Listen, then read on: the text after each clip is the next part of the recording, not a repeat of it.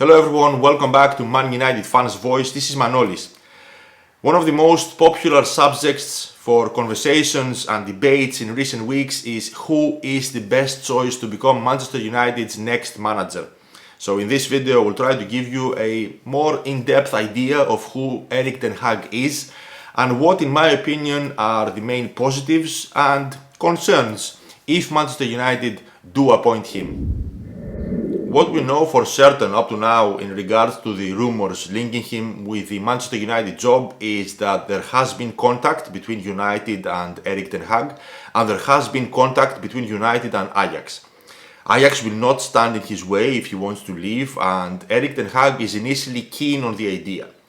But I do believe that there are a lot of United fans that are maybe getting a bit too excited for something that might not be as solid as we maybe want it to be.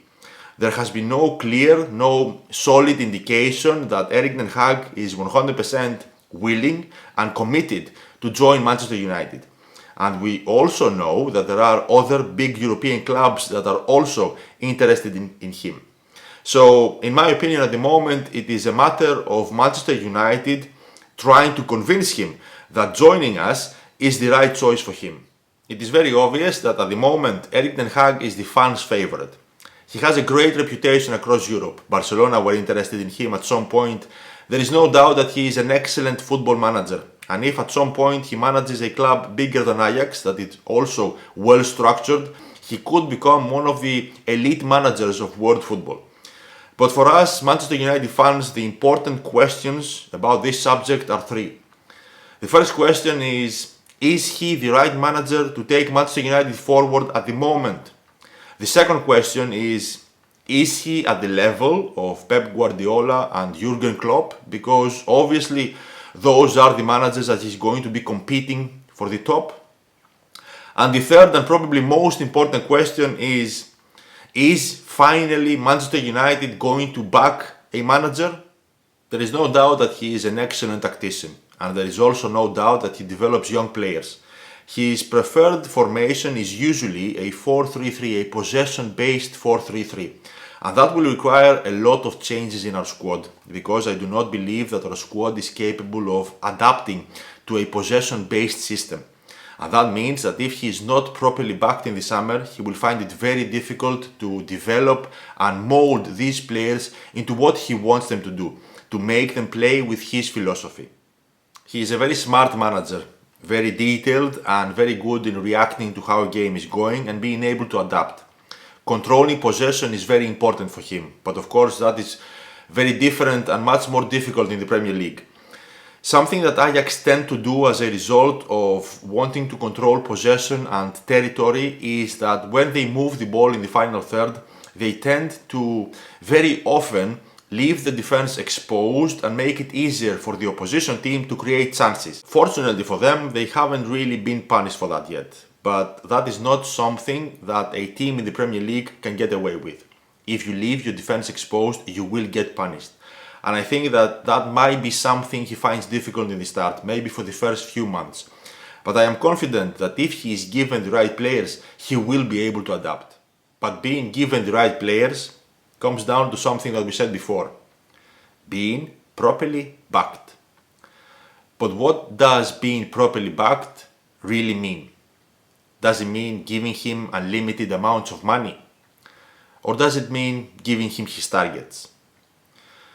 Who is backed more? A manager who is given 300 or 400 million? Or a manager who is given 100 million but gets his targets? Money spent equals proper backing is a very false perception. Properly backing a manager means giving him at least 2/3 of his first targets every season. For example, people say that Solskjaer was properly backed because he spent X amount of money. That is not true. Solskjaer bought 4 players in his first 3 transfer windows. Guardiola and Klopp, the 2 managers above him, got double the players in just 1 window. What that means is that the managers that get more players are fully backed and they are allowed greater room for error in transfers without those errors affecting the direction of the rebuild. On the other hand, the manager that gets fewer players has to get every single transfer right, or else you are left behind and you fail. Top managers at top clubs are allowed to get almost an entire starting 11 instead of having to coach the already existing players. New managers need a lot of new players to quickly implement their style, and then they gradually perfect it. So when we are talking about properly backing a manager, don't look at the money spent. Look at the quality, the quantity, and most importantly, look at if the players bought are actually the manager's choices. Any conversation or any debate about who is the right choice to become Manchester United's next manager is completely pointless if Manchester United do not change how they approach football decisions. As things stand at the moment, Pep Guardiola, Jurgen Klopp, they wouldn't be able to be successful at Manchester United with the way that the club is run. So if those two were not able to be successful, I think that we can all agree that Erik Ten Hag, Pochettino, 𝗦𝗢𝗖𝗜𝗔𝗟, or whoever else might be the next manager is not going to be successful. The important thing isn't if Manchester United will appoint the manager that you or I think is the right choice. The important thing is that Manchester United, for the first time after many years, do things properly and allow the next manager to have the first and last say in every football decision. Because if that does not happen, we will be sat here in a couple of years from now discussing another manager that failed and who is the right choice to be his successor. My personal opinion on Erik Ten Hag is that he of course is a very good manager. But let's calm down for a moment and think, what is the main reason he is going to be brought to Manchester United? What will he be expected or demanded to eventually achieve? And that is to win the Premier League title. In order to do that, he will need to prove that he is at the same level as Pep Guardiola and Jurgen Klopp, or maybe even better. People behave and talk about him as if he is some sort of savior that's going to come in with his magic wand and magically make everything instantly better. Simply because he has done a good job at a club that has enormously less difficulties and demands than Manchester United, and while working under enormously better conditions than any manager in our recent history has worked under. Does that really justify to believe with certainty that he is at the same level as managers like Pep Guardiola and Jurgen Klopp? I'm not saying that he isn't, but we don't have the certain indications that many people think we do. Being successful at a club like Ajax in a league with so much less demands and difficulties, and working under a board like the board that Ajax has it's a completely different reality than the one that any manager of a club like Manchester United has to work under.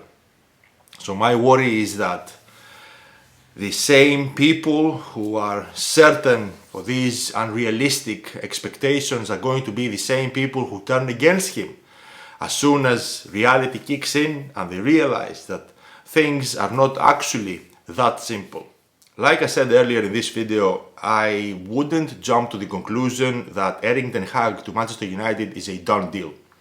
Not because United don't want him, but because we haven't had any clear indication that he has made that decision yet. And we do know that there are other European teams that also want him. So have Manchester United convinced him that coming to our club is his best choice? Because although he has built a very good reputation, I don't think he has won enough yet for that reputation to stay unaffected if he comes to United and fails. At the moment, his stock is very high. But if he comes to United or any other club that proves to be the wrong choice, that stock is going to fall. So for him, that is a massive decision to make. So, does United make any one of you confident that they have been able to convince a manager that also has other offers to come to Manchester? I'm not saying it's not going to happen. I'm just saying it might not be as advanced as we think or hope it might be. let's not get too excited just yet. It is very obvious that he is the preferred choice for Manchester United. He is the favourite. But the important question to ask right now is, why is that?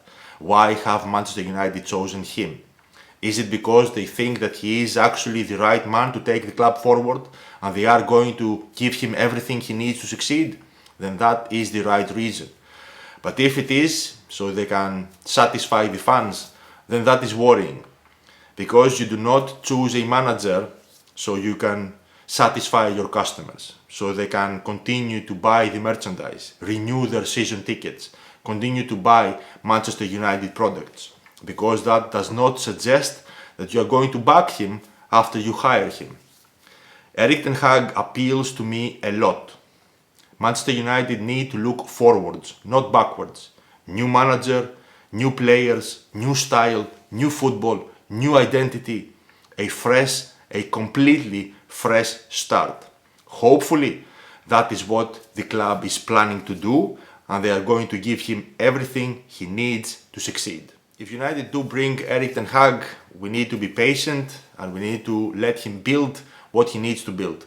I hope we don't have the same nonsense after 18 months or 2 years if we're not winning every single game. It's going to have ups and it's going to have downs.